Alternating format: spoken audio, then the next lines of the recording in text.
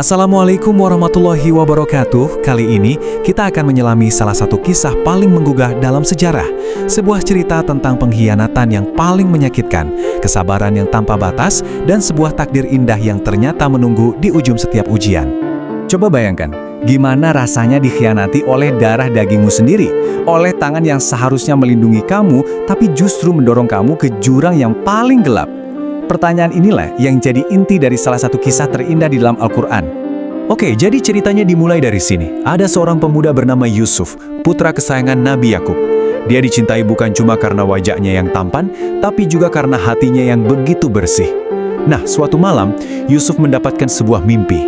Dan mimpi inilah yang akan mengubah segalanya. Dalam mimpinya, Yusuf melihat sesuatu yang sangat menakjubkan. 11 bintang turun dari langit.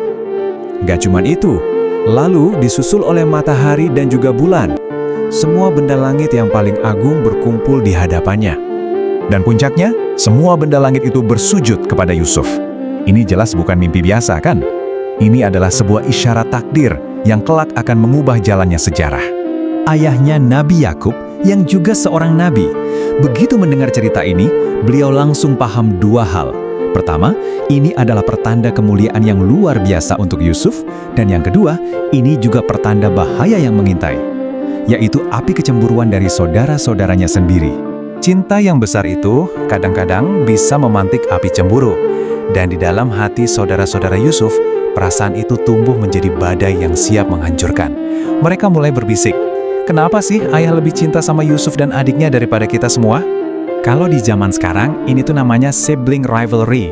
Masalahnya sebenarnya bukan karena Nabi Yakub nggak adil, tapi karena saudara-saudaranya ini merasa tidak diperlakukan dengan adil. Nah, perasaan dibanding-bandingkan inilah yang jadi racun pengubah ikatan darah jadi bibit permusuhan. Dan rasa cemburu itu, wah, akhirnya sampai ke puncaknya. Berubah jadi sebuah rencana yang benar-benar keji.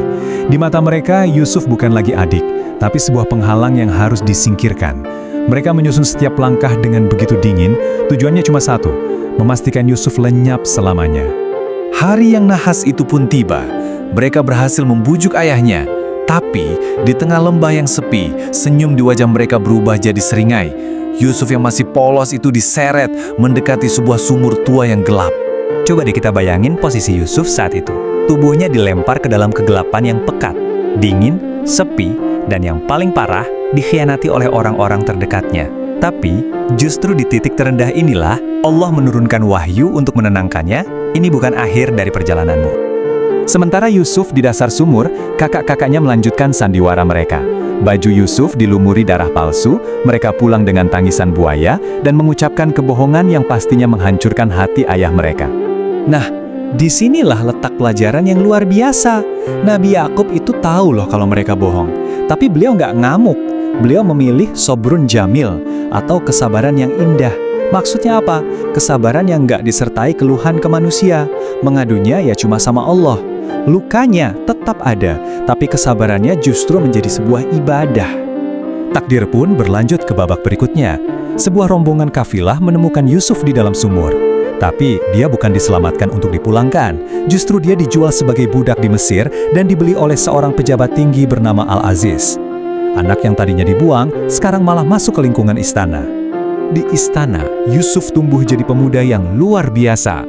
Tapi, ujian yang jauh lebih berat ternyata sudah menantinya. Zulaikha, istri dari tuannya, mencoba menggodanya. Dan di momen genting itu, pilihannya sangat jelas dan brutal. Antara kenikmatan sesaat yang berujung dosa, atau menjaga kehormatan meskipun harus berakhir di penjara. Dan inilah yang menunjukkan betapa kuatnya karakter Yusuf. Lewat doanya ini, dia secara sadar dan aktif memilih penderitaan duniawi demi menjaga kehormatannya di sisi Allah. Dia lebih rela masuk ke balik jeruji besi daripada menikmati kesenangan sesaat yang penuh dosa. Sekarang, coba kita lihat gambaran besarnya. Setiap penderitaan yang Yusuf alami, sumur yang gelap, status sebagai budak, penjara yang gak adil, semua itu ternyata adalah anak tangga yang membawanya menuju takdirnya yang agung. Seperti yang bisa kita lihat di sini, perjalanannya benar-benar luar biasa. Dari dasar sumur, bisa sampai ke puncak istana. Ini membuktikan bahwa di balik setiap tragedi, ada skenario ilahi yang sedang berjalan. Sebuah rencana yang jauh lebih besar dari yang bisa kita bayangkan. Bahkan di tempat yang paling gelap sekalipun, cahaya takdirnya tetap bersinar. Ingatkan soal mimpinya waktu kecil? Nah, kemampuannya menafsirkan mimpi inilah yang jadi kunci kebebasannya. Dia berhasil menafsirkan mimpi Raja Mesir, menyelamatkan negeri dari bencana kelaparan, dan akhirnya diangkat dari sel penjara langsung ke singgasana kekuasaan. Waktu berlalu, bertahun-tahun kemudian, musim paceklik yang diramalkan Yusuf benar-benar terjadi dan melanda seluruh negeri. Dan tebak, siapa yang datang ke Mesir untuk minta bantuan? Yah, gak lain adalah saudara-saudaranya sendiri. Mereka berdiri di hadapan penguasa yang memegang nasib mereka, tanpa sadar sedikit pun kalau itu adalah adik yang pernah mereka buang. Ini adalah puncak dari segalanya. Di saat Yusuf punya semua kekuatan untuk balas dendam, dia justru memilih jalan yang paling mulia. Tanpa mengungkit, tanpa mencela. Dia memberikan pengampunan total, sebuah tindakan yang bukan cuma membebaskan saudara-saudaranya dari rasa bersalah, tapi juga membebaskan jiwanya sendiri dari rantai kebencian. Jadi, apa sih yang bisa kita petik dari kisah yang luar biasa ini? Kisah ini mengingatkan kita tentang betapa bahayanya rasa dengki, betapa dahsyatnya kekuatan dari kesabaran yang sejati, pentingnya percaya pada rencana Tuhan bahkan di saat tersulit sekalipun, dan yang terpenting, bahwa kekuatan terbesar bukanlah membalas, tapi memaafkan. Dan kisah ini meninggalkan kita semua dengan satu pertanyaan besar. Saat kita disakiti oleh orang yang paling kita percaya, jalan mana yang akan kita pilih?